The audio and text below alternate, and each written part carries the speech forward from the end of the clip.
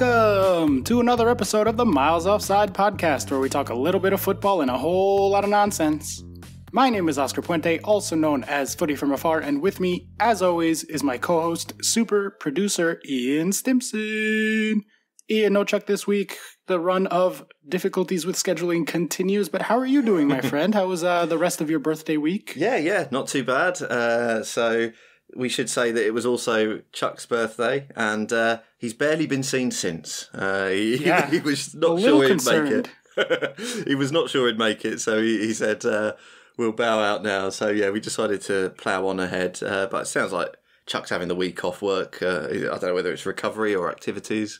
But yeah, it's just us two. But yeah, no, thanks for asking. My birthday went along without a hitch. It's, I don't know, it weren't a big one, so you just feel like you just go on without celebrating too much. You know, I'm 2 yees till 40. That'll probably be a big one. Oh, that's a big one coming up. But tell the people about the fish. You've been all excited about your fish. I want to hear about it. I have been met with nothing but you fucking nerd when I talk at work with, anyone else. Oh, I've got an aquarium. Yeah, you'll get no judgments here, sir. This is a safe space. I'm not one to call people nerdy, so go ahead, geek out. Tell me about the fish stuff. Thank God this isn't going to literally hundreds of people. I just literally put the first fish in a couple of hours ago. So yeah, I set up an aquarium, and that's been my midlife crisis made incarnate. So yeah, I mean, it's better than a motorcycle, right? Yeah, less dangerous, certainly. What kind of fish? Puffer fish, piranha, something cool and exciting, goldfish? What do you got? Do you know what? This is the first time I've done it in like 20 years, so I've just gone proper basic, and I've just gone for some zebra danios, and it's going to be like a kid's community tropical aquarium. For a little while, and then you'll level up. Sling them all out, and then stick some piranhas in, like you say. As long as you don't invite Chuck's cat over, I think you'll be safe and okay. yeah, absolutely, yeah. He of the koi stealing. Yeah, exactly, yeah. I want to make sure the lid is on tight. Well, do you want to hear a crazy story? Because I had the most exciting weekend for the dumbest, craziest reason, and I'm so excited. Yeah, go for it. All right, now bear in mind that I am a batshit crazy person, and I fully admit that going into this story, okay? That's your base level, yeah. That's my base level. Yeah, everybody knows this, but whatever. Let me paint a picture for you. The year is 2001.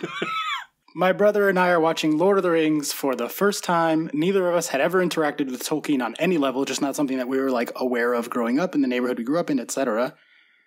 Falling in love with Middle-earth, just getting taken away, and just this magical afternoon. And the whole time we were there was someone in the theater. We didn't know who, but someone had a particularly strong cologne or perfume or scent of some kind. Okay. And you know how smells and memories just get linked really strongly sometimes?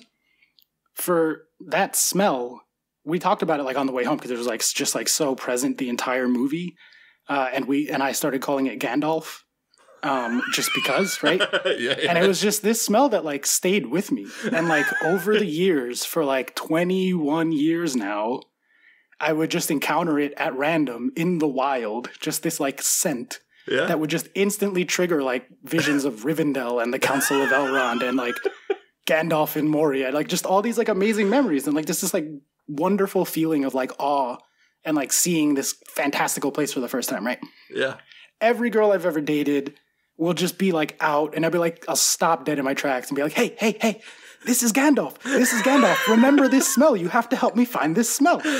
And do you know how fucking hard it is to go into a perfume store and be I need the perfume that smells like Gandalf? Yeah, that's irrelevant to everyone except you.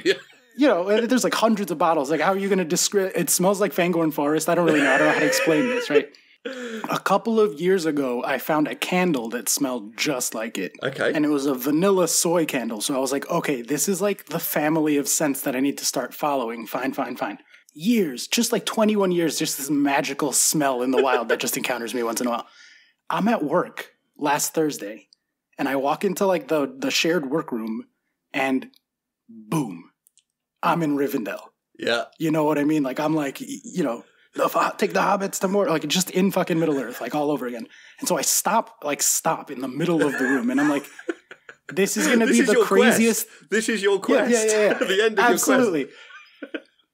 So I'm at work. These are my coworkers. And I stop and I'm okay, I'm going to sound like a crazy person, but one of you smells like Gandalf and I've been trying to find that smell for 20 years. So is somebody wearing a new cologne or perfume? I need to know. Yeah. And they're like, I don't know. And everyone's like, immediately like, what the fuck is with this guy? But also like, I don't know, is it me? So they're like, I got a new deodorant, I got a new this. So I'm just going around the room just like smelling my coworkers. Just like, no, it's not you. No, it's not you. And boom, I get to this person and fucking Gandalf. And it was this woman. She was like in her mid-50s. And apparently it's just this like amazing perfume. Let me pull up the description of it for you. Hold on. I have it saved somewhere. And I'm like, what's the name of this smell? Like, you need to tell me. Yeah. I don't, I've been looking for it for years. I go to the perfume place at the mall. I buy it. I'm wearing it, man. I'm wearing fucking Gandalf. Here's the description. Since 1992, Angel Perfume has provided women with an intriguing fragrance that is filled with possibilities. Women. I love this. A woman's. Vanilla, sandalwood, and patchouli scent is mixed with a number of fruit fragrances to give you the right perfume for your next daytime adventure. It's the perfect fragrance to go with your favorite outfit, allowing you to smell and look fabulous for your upcoming day on the town. That's the description. Not quite how and I'm wearing it, man. I don't give a fuck about toxic masculinity. I smell amazing. I smell like Middle Earth. Every 5 seconds, I get a whiff of it just walking around, and I'm like, just like Galadriel comes to me in a vision. It's the fucking best week ever. I'm so happy for you. Yeah? I was just envisioning sort of Gandalf by Hugo Boss. And it's Sir Ian McKellen in the advert. He walks through a sort of cloud, a haze, just turns round. You shall not repel women. but no, it's a woman's fragrance, and you're all Angel. Yeah. Angel, which Gandalf is technically an angel or a Maiar, so I'm going to count that as a win. Oh, I'm really happy for you, mate. Thanks. I genuinely like years and years and years in the making, just like so excited. Unbelievable. I smelled a smell and then I found that smell. It took me 21 years, but like, it's crazy. There was no way you were going to find that other than that situation. You smell it from someone who you feel reasonably happy to smell them and ask them about it. So that was never going to happen any other way. I'm so happy you managed to end your quest. Thank you. Well, that's our banter section done for the week. Bizarre one this week. If you are joining us for the first time, thank you. We are very happy to have you. We are one American, and normally two Brits, and we normally talk about the Premier League, but often get distracted, as you can already tell.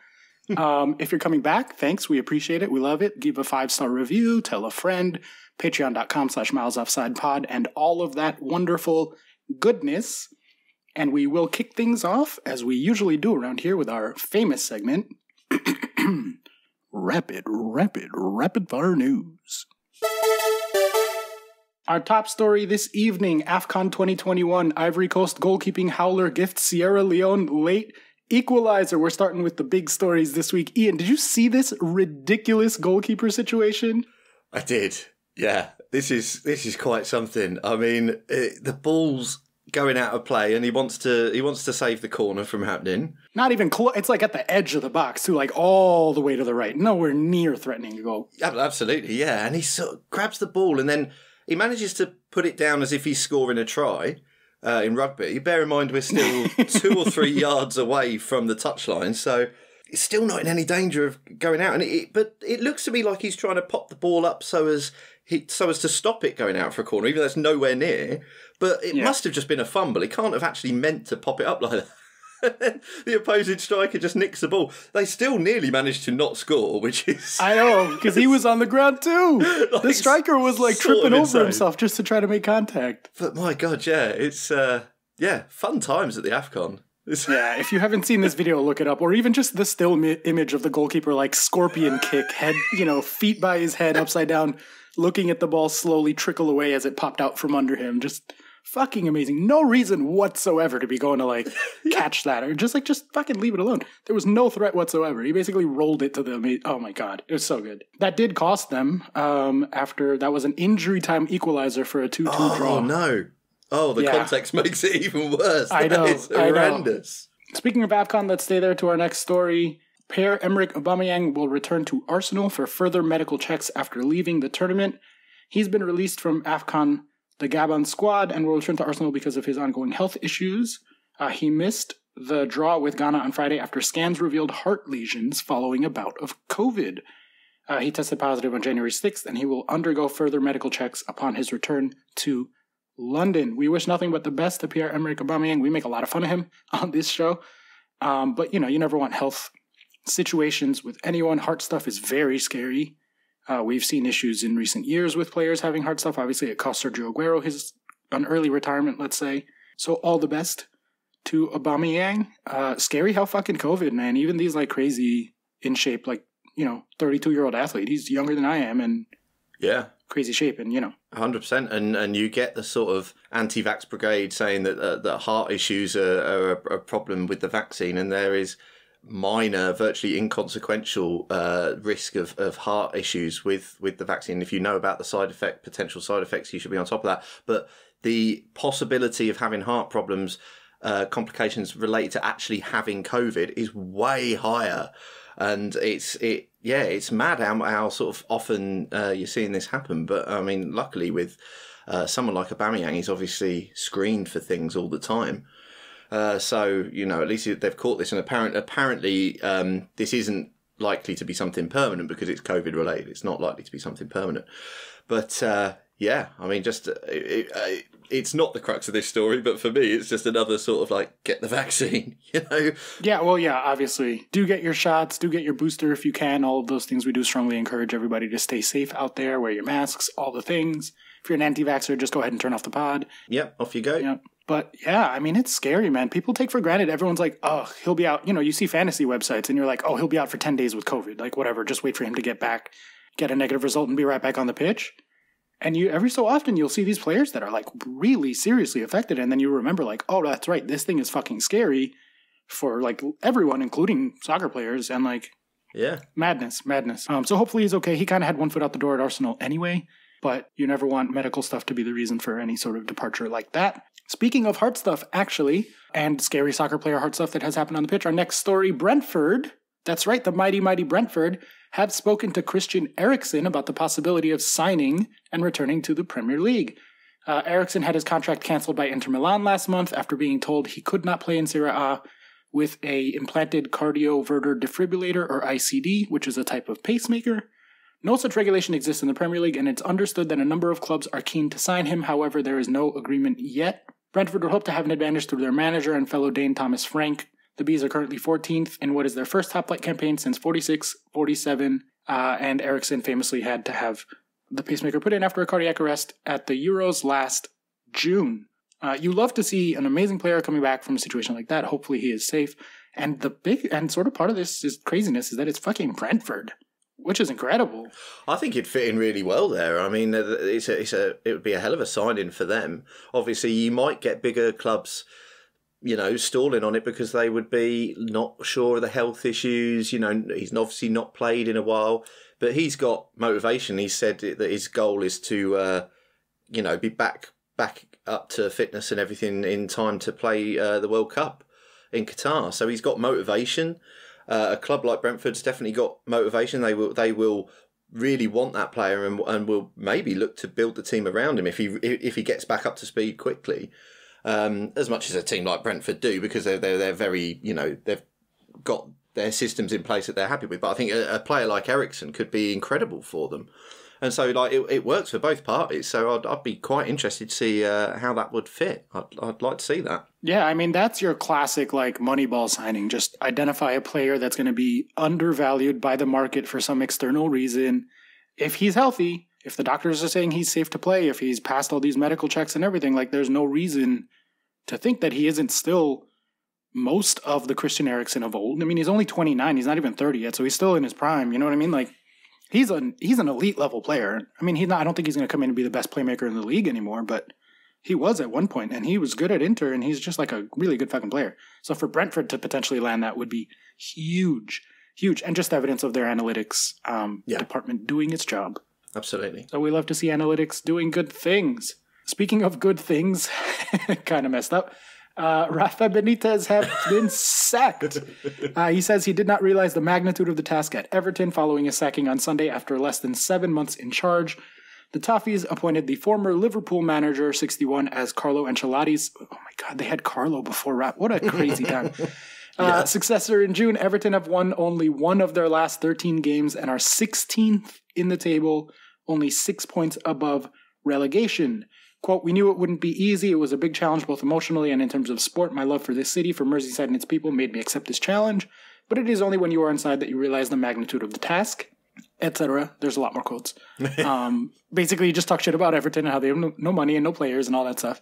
Rafa out, baby. I love it. I despise him. I hate him as a like on a tactics level. I think he's boring. I think he's bad. I think he's overrated. Obviously, I hate him from his famous Liverpool days and all the battles with Chelsea in the mid 2000s. I also despise him for his full season at Chelsea, which was a fucking nightmare.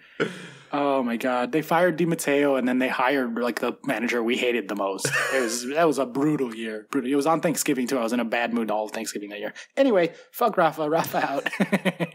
Do you have any takes on this? Should have stayed at Newcastle.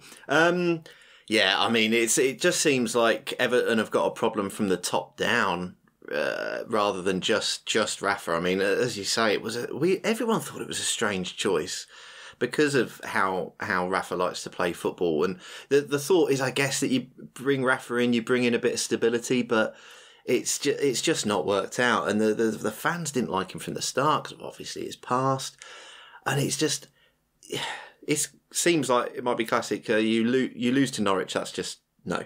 You can't do that. You're out. That's auto relegation. Yeah, exactly. You can't lose to Norwich. And it's the manner of how they've been playing recently. It's just been terrible. And he might feel hard done to. DCL's been out most of the season, and he looked like he was going to be Everton's linchpin. But this owner, I don't know where Everton. Well, they're looking at Martinez again. Apparently, they're in talks with him. But I mean, the Belgian FA don't necessarily want to let him go. They're definitely not happy about any sort of like part-time, doing club and country.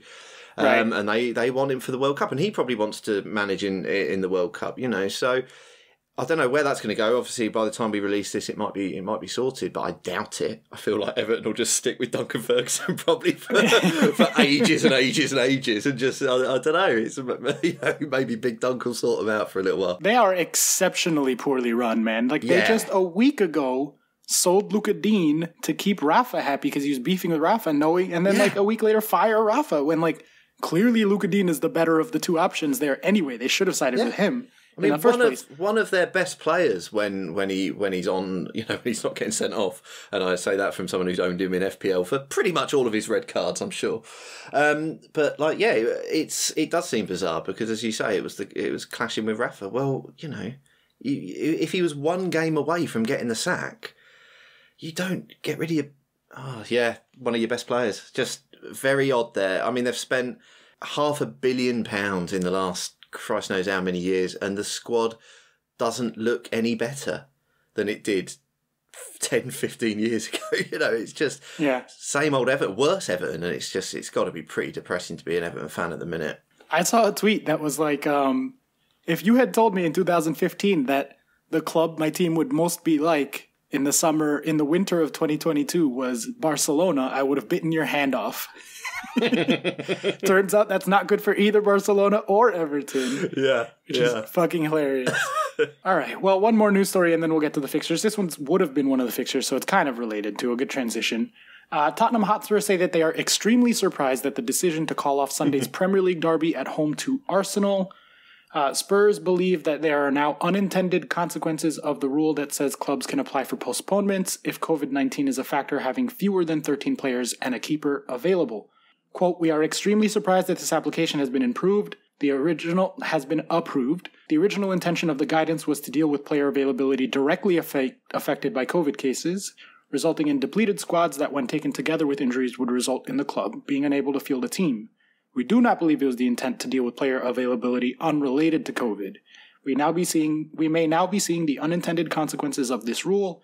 It is important to have clarity and consistency on the application of the rule. I know Chuck was particularly incensed as someone whose club has also had a request denied when we had quite a few active COVID cases, and then seeing Arsenal get theirs approved in this specific scenario. I also am quite frustrated at it.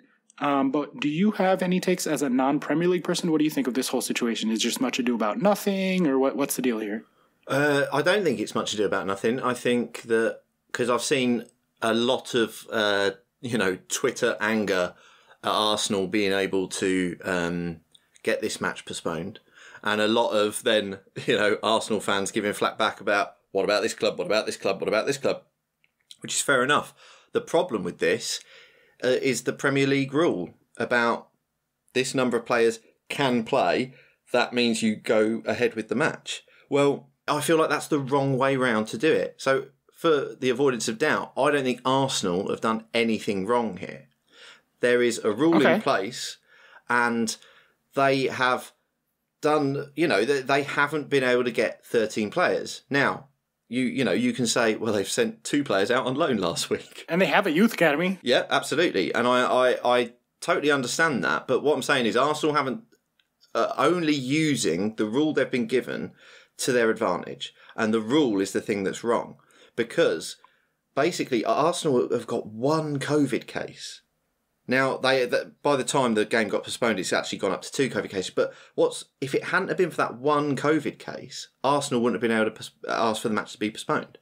Right. So it's just mad that if that 1 player hadn't tested positive, well, they'd have had to run a team out. So It's the rule that's wrong. What we need to do, there needs to be a rule about percentage of your first team that's out with COVID or a hard number of your team that's out with COVID. And then it's fine because... Yes, this very much looks like Arsenal said, well, we can't play a strong team in the North London derby. Let's get this postponed. And that's absolutely what they've done. But I have no problem with Arsenal doing that because they're looking after number 1. They've got to do that. They're just using the rule to their advantage. But the rule is terrible. and it was, I don't feel like, we've talked about this before, I don't feel like that was the rule to start with. It felt like it was just case by case.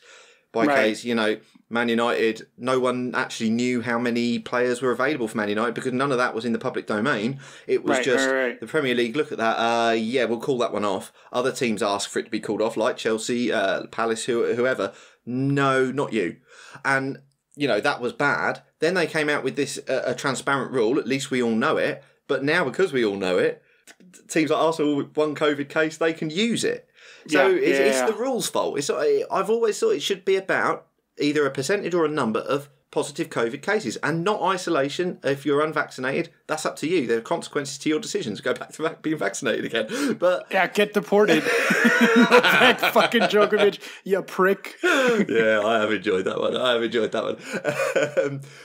Poor me. There's one way you could have got round this, Novak. If only my actions didn't have consequences. Arg. So annoying. But yeah, I don't blame Arsenal for this, but it does feel like the culmination of bad Premier League management here. And what do you expect? I mean, hopefully things are on the way down now. Cases seem to be on the way down. So let's hope we won't put up with this. But there's still so many games to make up. Burnley, Watford looks like it's in doubt now. Again, listeners will already know whether this is gone, but Burnley have asked for that to be postponed. Burnley, who have played only 17 games, I think. I mean, when are they going to finish the first half of the season? February? It's crazy. No, I'm looking at the FBref rundown, and the next 3 days of fixtures are, because it has the game week labeled all the way on the side. It's a game week 17 match, followed by a game week 24 match, which isn't for another 3 weeks, followed by a game week 17, 2 game week 17 matches, and then game week 23 starts. So it's like, what? Chelsea are getting game week 24 a couple weeks early because I think probably the Club World Cup or something. Yeah. Something that definitely needs to go ahead and you definitely want to play. Yeah. Exactly. Yeah. I'm with you. I'm fully with you. I know I literally was just complaining that the Chelsea game didn't get called off when the Arsenal one did. I just want to be clear. I'm not crying that the Chelsea game didn't get called off. I'm annoyed that the application of this rule has been so spotty and inconsistent. That's the thing that's frustrating there. And I don't begrudge Arsenal asking for a postponement even a little bit. Of course they did. Why wouldn't they? They would be stupid not to. Yeah, exactly. But I'm with you. It's the stupid rule. It should just be 5 positive cases, boom. And it should be specifically players, not backroom staff. Also, I think. I mean, I guess you never know, because then if it's at backroom staff, it's going to be spreading to players and stuff. Maybe it's just a number of positive cases. I don't know exactly, but it's not this. This isn't the way to do it. I'll tell you that. Shall we get to the fixtures then? Yeah, why not? All right, well, we'll kick things off with the beginning of Game Week 22. That was Friday, January 14th at 20 o'clock, 15 o'clock.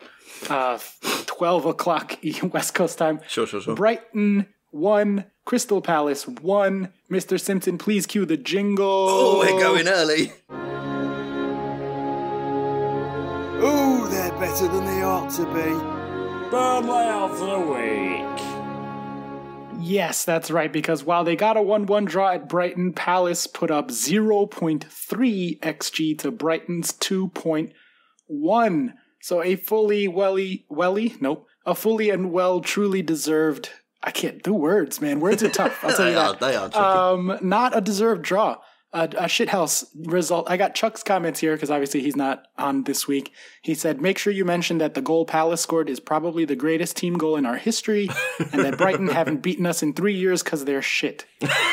That's it. That's his thoughts on the balance. I don't think that's a bad summation because let's take his latter point first. Brighton, don't just do this against Palace. They do this against everybody. That's why they do very, very well on XG, but they are very poor at finishing. And Sky put up a graphic after the game that was just, it's a very small sample size, but it was Brighton Palace, last 2 games at the Amex. So the last 2 Brighton Palace games where Brighton were at home. And 2 games, Palace on aggregate have won that 3-2. But Brighton have got 4.74 expected goals over those 2 games, and Crystal Palace have got 0.7. 44 attempts from Brighton, 6 from Palace. Ooh. This includes that game that was, last season, if you remember, where Brighton, absolutely hammered the Palace goal, and then Palace managed to sneak. I can't remember whether it was a draw or a victory in the end, and Chuck will be shouting at me, I'm sure, but. It was crazy, and these numbers are sort of skewed by that crazy game. But it's Brighton incarnate. That is, they. I've said it before about a couple of their players, Morpay and Lallana, about their decision making, which is absolutely terrible. Maybe he deserves less pay. He consistently makes the wrong decision, but so do a lot of them. The penalty, Gross's penalty, terrible. Looks like he had no idea whether he was drilling that down the middle, dinking it over the top, and it looked like at the last minute he thought, oh no, I need to place it. No, you didn't. You didn't. You just... No, yeah. It was terrible. He could have had a 10-hour run-up and he still wouldn't have made up his mind by the time he got there. Yeah, and I don't understand that. Especially in a derby or a rivalry game, you need to make a decision. Not a derby. Well, that's why I said all rivalry. Immediately I heard Chuck. Yeah. I'm just echoing Chuck. Yeah. Not a derby. So a big rivalry game, Friday night, if you're taking a penalty, you make a decision and you put your foot through it and you just don't fuck around. It was a terrible penalty. Brighton did control the game in midfield, but yeah, Chuck will want us to talk about that team goal, which was brilliant. It was. Was it 21 passes in the build-up, 22 passes, something like that? Yeah, and every Palace player touched the ball. Right. They went forward, they went left, they went right, they went back. It started at the keeper. I'm pretty sure I'm not making any of these things up, but I could be. But whatever, Chuck's not here to correct me. But I think it was 21. He'll like hearing that. Yeah, pretty sure it was 21 passes in the whole team. So it was a real crisp, nice build up, and then Conor Gallagher's goal was excellent. He did a great post match interview with Neville and Carragher afterwards as well, where he seems like such a nice lad, but he was just like, yeah, the geese was on the line and I had to put it in the only place I could. I was just happy to make good contact. It was like. Yeah, it's a shame actually because obviously Crystal Palace had come to another late goal, which I felt for Anderson because obviously it was an own goal, but there was nothing he could do. He could not let that ball go. There's no way you can let that ball go into the 6-yard box. If it had stepped over it or whatever, then it almost definitely would have been a Brighton goal anyway, and he would have been lambasted. It was just really unlucky that he got a touch. Butland, it was too close to it and couldn't react quick enough, went through his legs. And it was a real shame because I think Butland as well did really well. It's really good for Palace that they've got a backup keeper of his quality, I think, because I've always liked Butland. I think he's decent. And he did a post-match interview where he said, chances have been few and far between, but I've just got to always make sure I'm ready, And he did really well because it wasn't just Brighton fluffing their lines. It was Butland keeping him in it as well early on.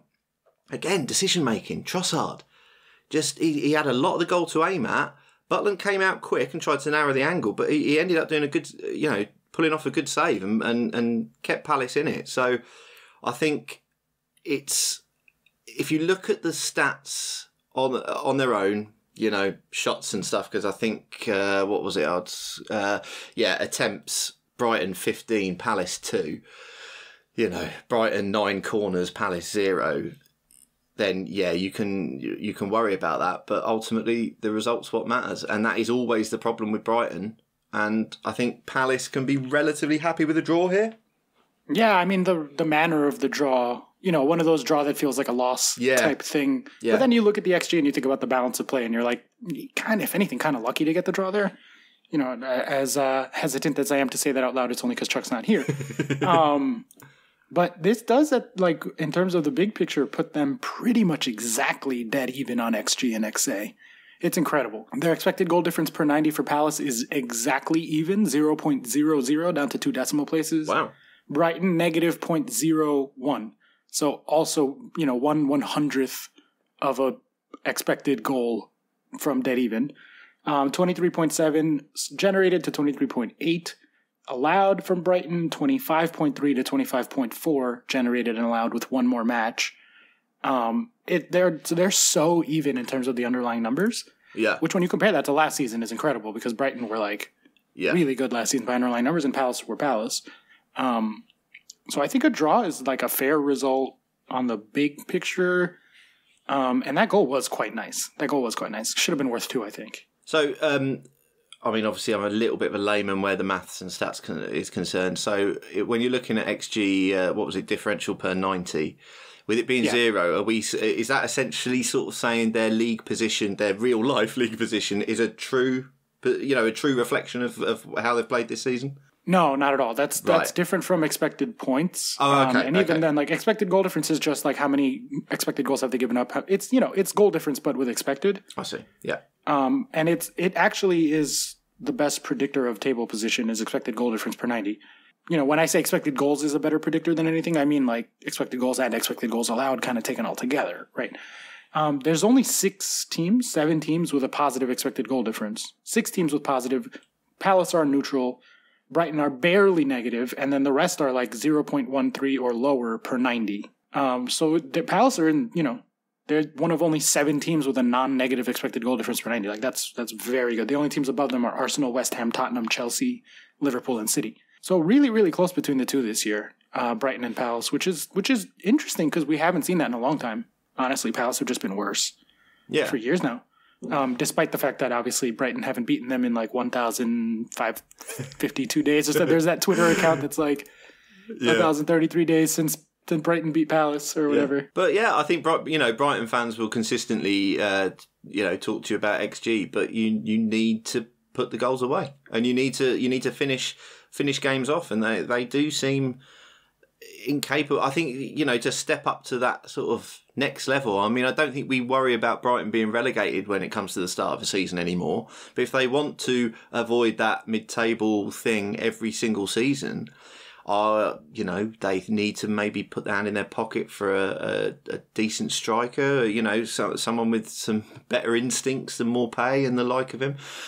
And, when you look to the future, I like Graham Potter, and I think that he's good, but I mean, I think unless he gets seriously backed, he could get poached by someone else. And then you've got Palace, who have got a new exciting manager, named 6 players who were 23 or younger in the starting lineup for this game in a rivalry game, not a derby game, a rivalry game. Naming over half of your players being 23 or younger. I mean, it's crazy. It's crazy stuff. Vieira's doing such an incredible job. I mean, we've talked it to death at this point. I wouldn't be surprised if someone comes in for him next year. I hope Palace can hold on to him for Chuck's sake more than anything. Yeah, absolutely. But, he is an Arsenal legend. He did previously work as part of the Man City system. I don't think that, Pep is going anywhere, but maybe as an assistant manager or something like that. I don't know. We'll see what happens next year. But for now, he's doing an amazing job with young players, really bringing them through, really and showing them the way and all that. Yeah. From one mop team to another, let's move on to Saturday, January 15th. This was the early game, 7:30 a.m. East Coast time. Manchester City 1, Chelsea 0. Manchester City 0.7 to Chelsea 0.5. Pretty much dead even. only 0.2 XG between them. 1-0 City obviously putting their chance away. Chelsea not putting their chances away, as is their wont. But for the most part, it was just a boring match between these two teams. These teams continue to be very even. Last season, obviously, we had the better of them in the Champions League final and in a bunch of fixtures leading up to it. They are the better team, but it seems like Tuchel and Pep just kind of like get too caught up with each other and forget about everyone else in the world, basically. Star-crossed lovers or something. I don't know. The 0.7 to 0.5 feels right. It was a pretty boring match. The Chelsea, I'll take the Chelsea perspective of it. You can talk up City and, how amazing they continue to be and all that stuff. I'm running out of Chelsea sort of takes at this point because, like, there's just, we're in this, like, dead zone of nothing. Like, we're not going to drop out of the top four. I think we're, like, 95% for top four on 538, something like that. We're also not going to catch. I think this result put us less than 1% for the title. We're 13 points behind City. Like, there's just no way that ever gets made up. And Liverpool have finally passed us after their result. So they're 2 ahead of us. And Chelsea are just in this like weird spot where I guess I have to decide like what it is that I care about for the rest of the season because it's not going to – I mean, obviously the Champions League is still in play. The FA Cup is still in play, so that's always nice.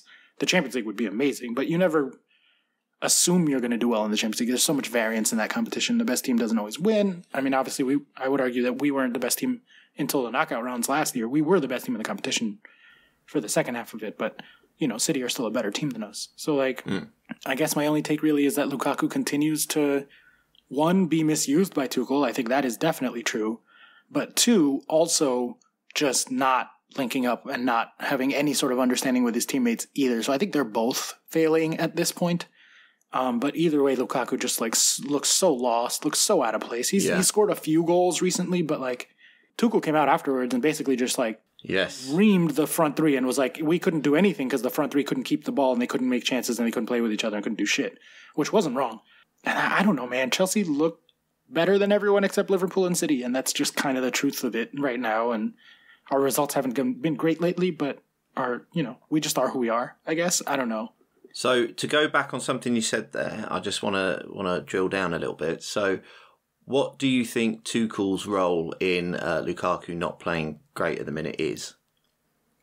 I think the way he's using him in the system, specifically emphasizing so much of his back-to-goal play, using him as a bit of a 1-2 to put in, the faster, speedy, smaller guys on the outside, as opposed to splitting almost the build-up between that and more through balls that Lukaku can run onto, or over the top balls that Lukaku can run onto. We were playing those a lot with Timo last year. And Lukaku is just as fast. I think people forget that because he's so large. Yeah. He's such a giant human being. Yeah. And he lumbers. He hunches forward when he walks, when he runs. He towers over people. So when he's running, he looks not agile and not fast. But he is. He's crazy fast. He can shrug off defenders like nothing also, which helps. So I think playing some through balls to him wouldn't be bad. And it's not like we're not capable of that. We had a system that relied on that a significant portion of the time last year. But I also think, like I said, even when they do try to play that sort of stuff, he's never in the right place to receive a pass or make a pass. Like he's making bad decisions and he's in bad places consistently. And Tuchel's a better manager than to misuse Lukaku like that. He's just being stubborn or some shit. I don't really know. But also, he's a better manager so that I know that like there's also something going wrong on Lukaku's end. Because Tuchel isn't this bad. You know what I mean? Yeah. Well, we know that must be true based on the interview, everything the else he's ever done. Yeah, exactly. Yeah. I mean, I know you said about me taking City, you taking Chelsea, but I almost don't want to take City because I think we're going to now have months of, City were incredibly. Well, they weren't in this game incredibly dominant, but City are dominating, and it's the long walk towards them just caning the league. So I think there's maybe another conversation to be had. This is maybe a side note, but like maybe when Chuck's back, we could have a chat about whether it's a bad thing that City have seemed to be walking the whether the Premier League need to worry about City's dominance. But I think really the only story here was Chelsea in the final third or Man City's half, because the transition to the final third and then the Chelsea in the final third was really quite poor. and really disappointing from a team who, you know, when the season was getting started, we were so hyped on. Like, you know, we were like, this is going to be a big season for Chelsea, and it's not come to fruition. It was like every time Lukaku sort of stepped back and expected it to be pulled back to him, the ball was launched forward, and he wasn't running. A lot of the play, when it should have been going forward, was being cut back. I thought it was quite negative in the transition from midfield to the final third. There was a lot of sideways and backwards balls, and it wasn't helping. You know, I thought your defence was pushing up quite well, but then it was just stalling in midfield and in that transition in between midfield and the final third. And it's hard to know why a manager like Tuchel can't sort of get that locked in, you know, because Ziyech and Lukaku just didn't seem to be on the same page. And Ziyech is just not it. Like, sorry, dude. He's just not. I don't know. He was amazing at Ajax. He just never really fit with the rest. We bought a ton of players. But that's bizarre, isn't it? Because you've got Ziyech, who I really like him. I think he's a great player. Lukaku is obviously a brilliant player. And it's just not clicking. And I don't know, you know, maybe it's not coachable. Maybe some players just don't, not get on, but just don't click on the football field. And I thought it was really quite disappointing, because when you think about Man City and how they are at the minute, and I think of the only two teams that I would think attacking wise, because basically I was fairly certain that both teams would score in this match, because I think that the only teams who can score, who I would be happy to put a bet on scoring against City, are Chelsea and Liverpool. They're the only teams who I think have enough about them to be relatively confident that they might expose a John Stones error or whatever, you know. Or we have had the better of them a bunch too in recent times. Yeah, absolutely. Chelsea have been a little bit of a bogey team for Man City, so it was just a bit disappointing. And I mean, it's definitely, as I think you've called it a lot earlier, but it's definitely the end of Chelsea's title push, and more than likely the end of any title race at all. I mean, I don't know what the numbers are exactly, but Liverpool, even if they win their game in hand, would still be 8 points away. You would need the form to completely flip between Man City and Liverpool for it to be even close to a title race. And I just can't see that happening. So it's a little bit disappointing at the top of the table all round. The only thing we're going to be looking at now is fourth place. Yeah, and it is going to be an interesting race for fourth, which we can get to. But to just throw the numbers out since you brought them up, Man City are at 87% for the league. Liverpool with the measly 12%, and Chelsea less than 1%, so they don't even register. So what's the plan for the rest of the season? I mean, do you prioritise the Champions League? Yeah, probably. Yeah. I would assume so. And to try to build towards next year again, which is what last season was kind of about, which is so frustrating because we have all these amazing players, but we also just continue to live in the era of COVID, so it's really hard to build things. I don't know. Pep is doing it. Tuchel kind of did it. I'm having a really hard time reacting to this Chelsea team right now. I think that we have a lot of very talented players. I wouldn't necessarily say that any of them are not coachable, but, you know, it's not career mode. You have to have players and a system that all work together. With Ziyech, I think he reminds me of in the summer of 2012, we won the Champions League, and that gave us a lot of juice to sign some players. Specifically, Eden Hazard had been flirting with a lot of different teams that summer. He was a big name. Real Madrid were in for him. PSG were in for him. A lot of people were sniffing around. And we had signed a bunch of players that were of a similar mold, just obviously worse. And then we won the Champions League, and he decided to come to Chelsea. And one of the casualties of that was Marco Marin, who was really good for up to a point. And for where Chelsea were at in 2011 with the fading Drogba, Terry, Lampard squad, those last few seasons, especially from after the 2010 season, were a bit shaky. And when I say a bit, I mean pretty shaky. And Ziyech just kind of reminds me of Marin in that he was a great signing for a certain level of Chelsea team. And then we went out and got Kai Havertz, Timo Werner, Romelu Lukaku. And you're like, oh, okay, well, we got more talent for a newer team that we're trying to build. Clearly, we've raised our underlying level. and you're just an Ajax player who was really good on Ajax and probably would be really good in a lot of other players, but just isn't, for one reason or another, the right match for Chelsea. I don't know, man. Yeah. It's a bummer. It's just sad. Sad we lost, but not for title race reasons. I just like winning games and scoring goals, and they looked very toothless. All right, well, let's move on then to our next match in the rundown here, and that is Newcastle 1, Watford 1, 1.4 to 1.5 on XG, so a 1-1 draw pretty much exactly. Both of these teams suck. I didn't watch this. Did you watch this? I have no opinions. Newcastle continue to suck. I did not watch it, other than I was happy to see a late Watford goal to just compound Newcastle's fury. I don't think that Trippier and Wood are the signings. They're good signings. Well, no, Trippier's a good signing. I'm not sure about Wood, but are these the next level signings that are going to save them from relegation? Not if Watford can score against you.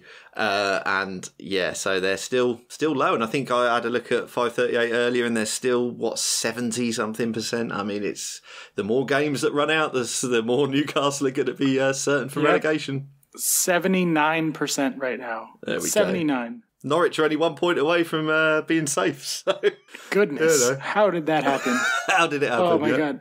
Well, it happened with this next result. Norwich 2, Everton 1, Norwich 0.6 to 0.8 on XG. That was almost the Burnley of the week because they more than tripled their XG. But, Palace putting one over on Brighton, we got to give the award there. Because that's fun. Anytime Palace can just Burnley the shit out of a Brighton team, that adds to the enjoyment. I don't know. Everton, man. I mean, we talked about Rafa earlier, but fucking A, man. Everton lost to Norwich. Yeah. Goodness. Yeah. Michael Keane own goal because obviously I got him in on FPL the week before for a hit because he had a double. Obviously that double didn't happen because an Everton game got called off and then he gets an own goal in the next match. So I am net, 5 points down on that transfer? That's a fucking shocker. Michael Keane's got to go. Anyway. Condolences. Yeah. My fun Everton fact, because I don't have any takes on this game because I didn't watch it, obviously, is that there have only been 2 teams outside of the Big Six to finish in the top 4 in the last 20 years, 18 years, something like that. And those teams are Leicester when they won the title and Everton getting 4th once in the mid-2000s. Oh, God, when you hear about that lens fuel to the fire about Premier League, do they need to sort something out about team dominance? Because, that's really anti-competition, isn't it? I like it. Yeah, I knew you would. Because I'm in the 6th. So, Wolves 3, Southampton 1, Wolves 2.2 to Southampton's 1.0. We got goals from Connor Cody and Adama Traore. Yeah. That's the only reason I want to bring this up. And Jimenez. Jimenez scored a penalty. There we go. Indeed. Possibly Traore's farewell to the fans there if he does end up going to Tottenham. Who knows? He is so beefy. So beefy. So beefy. Weird little glove celebration as well. Took off his black gloves to reveal some white gloves underneath. And it was it makes you wonder how long he's been doing that, but yeah, his hands have been boiling for match upon match. It's no Spider-Man mask, I'll tell you that. No, down the pants. Why not? I mean, maybe it's white for Spurs, right? He's revealing is it a come and get his me? Spurs hands. Yeah, it's a come and get me. I'd never thought about that, yeah. Exactly. Speaking of come and get me, Aston Villa scored 2 goals on the red team that we hate. Fucking Coutinho, assist and goal in his first game under Gerrard. You gotta love it. I picked him up for Fantrax, so of course I love it. Oh, nice. Goodness. Any thoughts on Coutinho, the emergence, the re-emergence, the fucking coming out party of Coutinho? Yeah, well, I mean, it was the perfect sort of no pressure situation to bring him in, bring him on, because he started on the bench and Gerrard brought him on. I mean, it couldn't have worked out better, could it? Coutinho in the post match was it was great to come here and work with Stevie and Jacob Ramsey was talking about how he managed to do it in both the BBC and the Sky and possibly other post matches as well. Say, well, I grew up watching him at Liverpool and Barcelona, and each time I think Coutinho just winced a little bit at players saying that he grew up watching him, which is delightful. And, nothing particularly was expected. If Man United beat Villa, it's, not entirely unexpected. And they managed to pull that out of the bag. And, yeah, I mean, it looks like just based on this, Coutinho is going to be a very good buy. I was going to say buy, but he's a loan, isn't he? But there's a clause. It's a loan to buy, basically. I think Aston Villa have an option, so if they want to buy him, they can. That's what I said. I mean, I was like, you guys were like, what? Why for 6 months? I was like, it's clearly going to be a longer term deal. Well, yeah. Yeah, when it eventually happens, which based on just the 22 minutes we've seen, it probably would. But yeah, good on Villa. I mean, Man United, it doesn't matter whether they concede and then desperately try and claw their way back like the Solskjaer years, or whether they get in front and then just the sort of midfield, the defensive midfielders just crumble a little bit and just allow players who play for Aston Villa, who a few years ago were in the Championship, not being cowed by Man United at all. The fear factor of Man United is completely gone, and Rangnick doesn't seem to be the manager that everyone thought he was. Well, maybe he is the manager, but these players just are not getting on board with it at all. And it sounds like he who must not be named has been moaning that some of the players don't seem up for it, and it's like it's such a.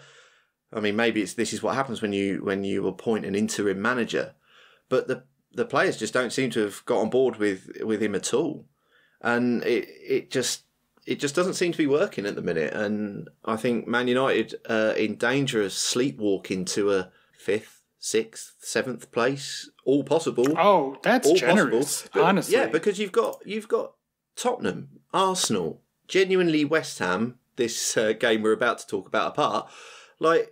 Breathing down the neck of 4th place, and it's not a given that Man United are in that race, and it appears to even be the case with a new manager. So they've got to sort something out. They've got to sort it out fast. Yeah, I mean, United are 1, 2, 3, 4, 5, 6, 7, 8, 9th unexpected goal difference per 90. A huge drop from Brighton to them, from negative 0.1 to negative 1.3. They are by 538. Simulated, their average position is 7th, which is also terrible. They're just not good, and I don't fucking get their deal, man, because they have the players. And I thought when Rangnick came in, so it turns out after the fact that he hasn't been a manager very much in a long time, and he's a better sort of football director of football, and a mentor to other coaches than a coach himself. Yeah, maybe. It seems like, at least that's what smarter people than me have been saying on podcasts and on Twitter and stuff. But I really thought that someone would be able to come in. And I for the record, I don't think that this exonerates Ole on any level and is like, oh, Ole's not a bad manager. Ole was shit. Yep, agreed. But this is a harder problem to solve than maybe we thought. They have the players, but they also have a lot of backroom issues for it to be leaking already. A month into this guy's tenure, that the clubhouse is not happy with him. And obviously he who shall not be named is the ringleader in that and leaking those fucking stories. Because I guess he's been asked to do so many things he doesn't want to. What's his fucking problem anyway? Whatever. Fuck that guy. I don't want to talk about him. I don't know, man. I don't know what happens with United. They should be better. They should just be better, and they're not. And I don't understand it. But long may it continue, because fuck them. So... I don't know. That's the extent of my takes on United. Yeah, kind of. They play Brentford on Wednesday, and then West Ham on Saturday, which looks like a big match now. Absolutely. The 538 projections have West Ham at 11% and Man United at 10%. So winner of that is basically last one in the. This was how this one loss knocked Chelsea out of the title race from their 2%. Yeah. That'll have major implications. Those numbers do swing around a lot, but when they're 11 and 10, that's going to be huge. Although Arsenal and Tottenham are much favored over both of them, 41% and 34%. That North London derby would have been a massive swinger. Yeah. Let's move on though to West Ham, because we just brought them up. So West Ham 2, Leeds 3, West Ham 2.0 to Leeds 2.3. So pretty even on the expected there. West Ham, as I just mentioned, are 11% for top 4, and they are above Arsenal on expected goal difference per 90, but Arsenal are projecting much higher on the models because of their recent form, whereas West Ham have been kind of up and down all season. This loss against Leeds, a very bad Leeds team, following 3 wins against Watford, Palace, and Norwich, so wins that you would expect, but then a loss to Southampton before that. So they're kind of all over the map. which I think will ultimately be their downfall probably. Do you have any specific takes on West Ham Leeds? It's a fun game. It was enjoyable to watch. Exactly the sort of game, feels like a classic Premier League game that you can have a team pushing for fourth, a team struggling seemingly before this in a relegation battle. Not really, but And great fun to watch. And Jack Harrison with an amazing hat trick. Really like NYCFC's own. Yeah, of course, yeah. So, great to watch. I think him and Rafinha played brilliantly again. West Ham, Antonio's still involved in play, but he's not seemingly finishing the same way he started the season, where every shot he touched went in the back of the net, and that doesn't seem to be the case now. But Bowen's... Is that not sustainable? It's funny that, yeah. I'm just happy he's not been injured yet, because he's another one who's in my fantasy team. Jeez. But Bowen's been picking up a lot of that slack. It was an interesting decision at the dying minutes of the game to try and shoulder that ball in instead of just head it, which would have given West Ham the draw. Did you see that? The ball that went in, and Bowen seemed to genuinely make a conscious decision that I'm going to chest or shoulder this ball in rather than just head it. And I think Moyes might have chewed him out about that one when it came to it, because that would have rescued a point there. And but I mean, it was a fun game, but I think it epitomises what you say about West Ham and what might eventually lead to them qualifying for the lower European competitions and not the Champions League. And that is what we always expect, I suppose, isn't it? Quality will out eventually. And there you go. So I think while West Ham do this, they've been on the end of a 3-2 here. They won a 3-2 against Palace. They're scoring a lot. They're conceding a lot. Yep. And that might ultimately be the end for them.